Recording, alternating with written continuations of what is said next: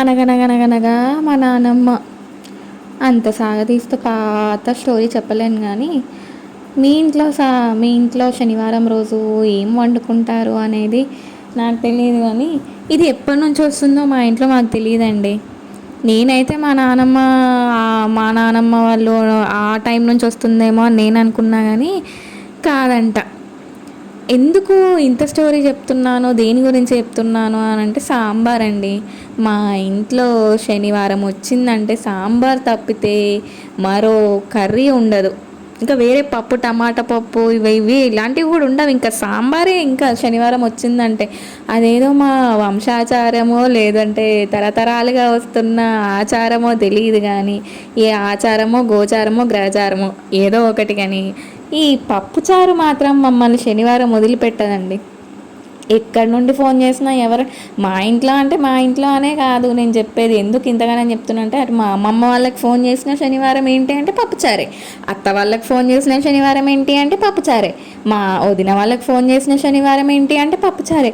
శనివారం రోజు మా ఫ్యామిలీ మొత్తం ఏం వండుకుంటున్నారు అనేది అసలు అక్కర్లేదు, మనం అడగాల్సిన పనే లేదు.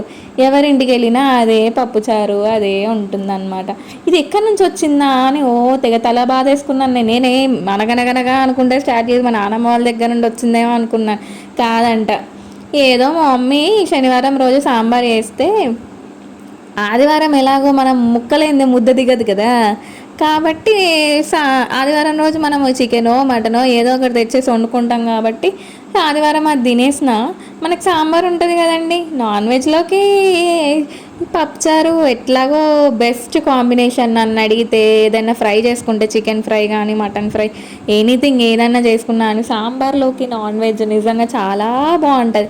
అయితే అట్లా బాగుంటుంది కదా, అటు నాన్ వెజ్ ఉంటుంది ఇటు వెజ్ ఉంటుంది, రెండు కలిసి వస్తాయి కదా అన్నట్టు మా మమ్మీ శనివారం రోజు మాత్రమే సాంబార్ వేసేదంట. ఏది ఆదివారం కోసం ఎంత ముందు చూపు. అది కాస్త మా అత్త వాళ్ళు, మా అమ్మమ్మ వాళ్ళు, మా నానమ్మ వాళ్ళు, మా వదిన వాళ్ళు అందరూ ఇంటిల్లిపాది మొత్తం శనివారం పప్పుచారు వేయడం మొదలుపెట్టారండి. అది మా ఇంటి ఆచారంలాగా అయిపోయింది ఇక. అది ఇప్పుడు మా ఇంటి ఏమంటారు ఆచారం అయిపోయి అందరూ అదే చేసుకుంటున్నారు.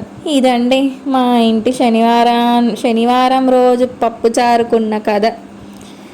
ఏంటో ఈ వీడియో అయితే చూస్తున్నారు కదా, మా ఇంట్లో పప్పుచారు అయితే మేము ఇలా చేస్తున్నాము. మరి మీ ఇంట్లో శనివారం రోజు మీరు ఏం వండుకుంటారో, మీకు కూడా ఇలాంటి ఏమన్నా వింత వింత అలవాట్లు, ఆచారాలు, గ్రహచారాలు, గోచారాలు ఏమన్నా ఉంటే నాకు కామెంట్ సెక్షన్లో కామెంట్ చేయండి మర్చిపోకుండా.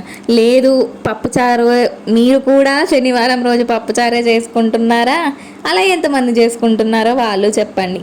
పోనీ అది కూడా వదిలేసి మీ ఇంట్లో శనివారం రోజు మాలాగే పప్పుచారు చేసుకునేది కేవలం ఆదివారం రోజు కోసమే అయితే అది ఏంటి అర్థమవుతుందా? ఆదివారం కోసం ఆదివారం రోజు వండే నాన్ వెజ్ కోసమే శనివారం రోజు మాత్రమే పప్పుచారు చేసుకునే బ్యాచ్ ఏదైనా ఉందా అంటే మీ ఫ్యామిలీలో మీరు కూడా మాలాగే అలాంటి ముందు చూపుతో పప్పుచారనే కాదు పప్పు అయినా పర్లేదు అలా చేసుకునే వాళ్ళు ఉంటే అది కూడా కామెంట్ సెక్షన్లో కామెంట్ చేయండి. ఇంతకా పప్పుచారులో వేసేటివన్నీ చూస్తున్నారు కదా, అవైతే నేనైతే కట్ చేయలేదు, మా మమ్మీనే చేసుకుంది. అంత పెద్దగా ఎక్స్పెక్ట్ చేయకండి.